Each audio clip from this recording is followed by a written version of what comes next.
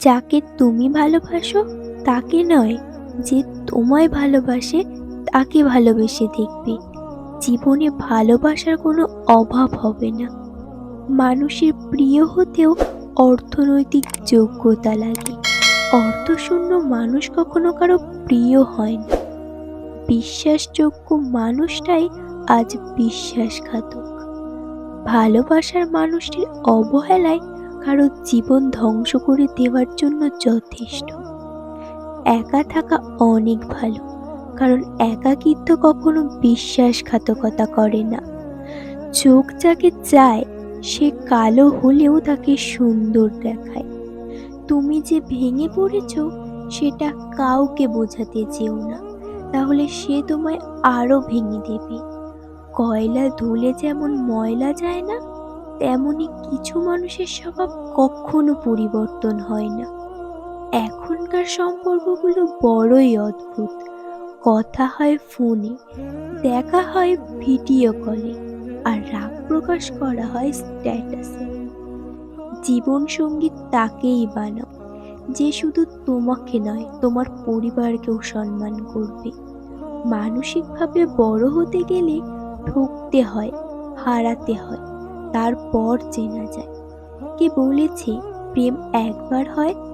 যে মানুষটা নির্লজ্জ তার বারবার হয়।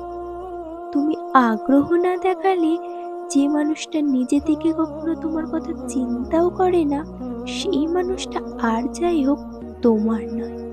তাকে অযথা বিরক্ত করা বাদ দিন। সে ভালো থাকুক, আর তুমিও একা থাকার অভ্যাস করে ফেলো।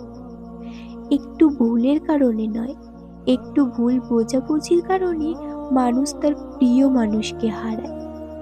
জীবনে কোনো কিছু শিখতে হয় মাথা নিচু করে, আর বাঁচতে হয় মাথা উঁচু করে। কাউকে বাধ্য করো না কথা বলার জন্য। তুমি চুপ থাকো আর বুঝিয়ে দাও তাকে ছাড়া তুমিও থাকতে পারো।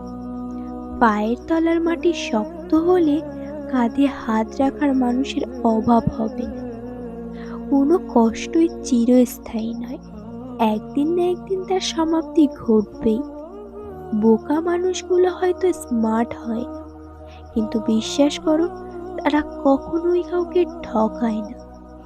মনকে নদীর মতো ভাসিয়ে দিও, ফুলের মতো ফুটতে দিও, কিন্তু খারাপ মানুষের সাথে কখনো মিশতে দিও না।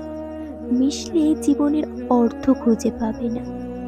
মুখের ভাষা খারাপ হলেই চরিত্র খারাপ হয় না। মিষ্টি কথার আড়ালে অনেকের খারাপ চরিত্রটা আবার বোঝাও যায় না। অতিরিক্ত আবেগ আর অতিরিক্ত মায়া, এই দুটো জিনিস জীবনের কষ্টের কারণ হয়ে দাঁড়ায়।